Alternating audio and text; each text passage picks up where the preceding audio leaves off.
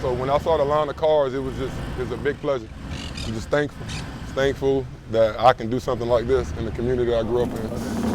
I'm beyond excited. It's just a great feeling. Thank you.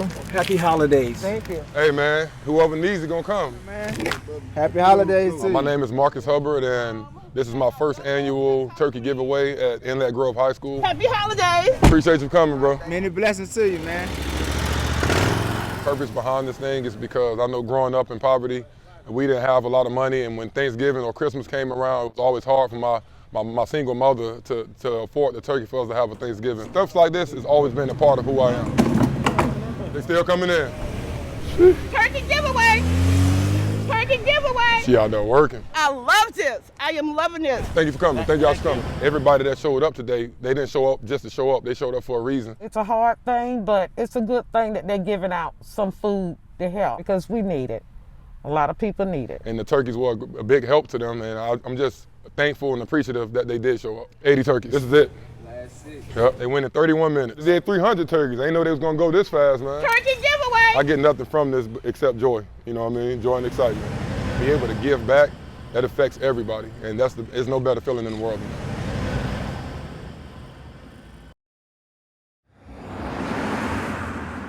On Wingfield Street in Lake Worth Beach, this wall tells a story. Where beauty can be represented by drawing. 17-year-old Johanna Hernandez paints a picture of comfort. Flowers for me represents happiness. The high school senior is one of dozens of people volunteering to restore this mural. And after weeks of brushing cracked cement blocks, Johanna saw why you shouldn't paint over history. When I came to volunteer for this, I didn't believe the story behind this wall. I was extremely surprised. Well, I think this wall is over 1,800 feet. This right here is the original height of the wall right here. Edmund DeVoe lived through it. I've been here all my life.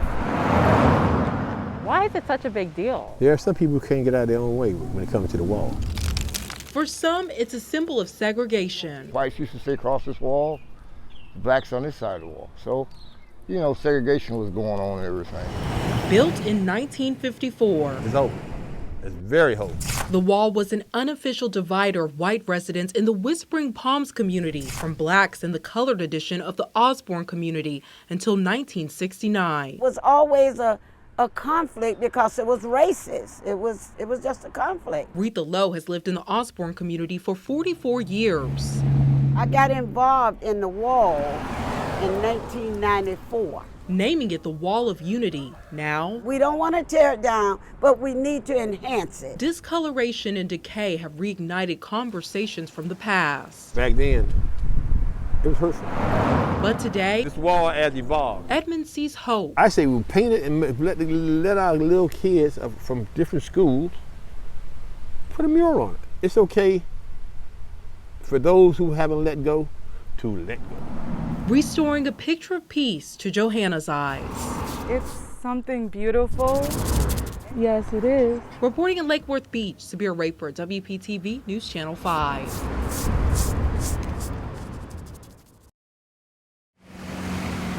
Sir, you ready? Juanita's food truck is back. I'm busy working again. Everybody knows who she is. Overwhelmed. I'm back in my happy place.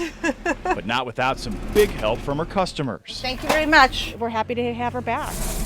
And help from her friends. Chicken enchilada, yes. She's good to go. Like Mike Heller. It's been steady. Senior store manager at Napa Auto Parts. We really feel that she's part of the family and it was the right thing to do. And there's a food truck in Jupiter Farms. Last month, the day before we were about to show you Juanita's food truck's success through the pandemic, it happened. Fire nearly destroyed her truck. And the grease underneath, the flat top caught fire. In short order, the Jupiter Farms community she feeds Thank you. Have a good one. threw water on that fire in the form of money to help her get back on her feet. Could not have been possible without the community. They reached out and they're just amazing. A GoFundMe page raised more than $5,000. That Napa store her truck sits next to, oh yeah, they pitched in $2,000. We help her, she helps us. Napa wasn't the only business that helped Juanita. In fact, across this parking lot, another business pitched in big time. So any chance that we're able to lend a hand, we do. Joey McGee is the co-owner of Game of Axes in Jupiter Farms. His business donated $1,000. Us as leaders in our community, business owners, we have to help out our neighbors. And now, French fries? The lines are back. And the food is on the grill with a new start and a new outlook. Things can be over in a minute, in a second. You know, I appreciate life more, I can tell you that. You know, I'll never cook 5 pounds of bacon again in one go. A new chapter for a food truck and friend. Okay, give me a few minutes. That hopes to be a long-time fixture in this community. I could seriously not have done this without the community. In Jupiter Farms, Mike Trim, WPTV News Channel 5. Thank you very much.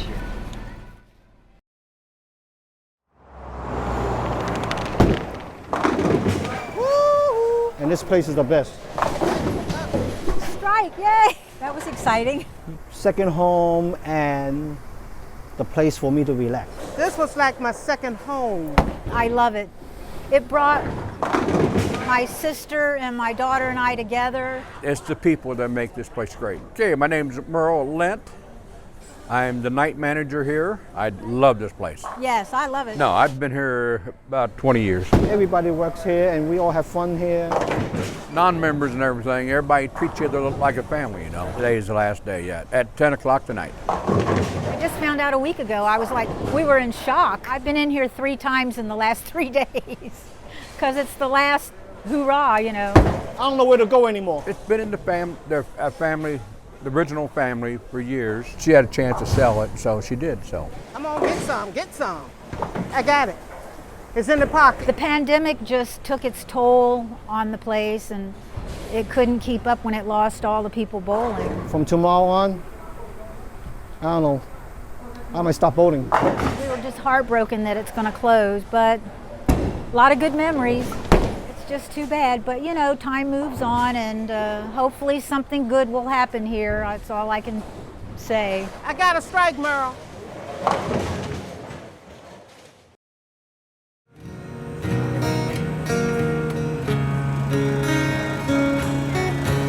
If it wasn't for the Jupiter Farms community, it's like family. Everybody sticks together. A lot of takeout, a lot of food, and a lot of good times. Taylor Farmhouse Cafe They kind of had our back, and so we wanted to have theirs.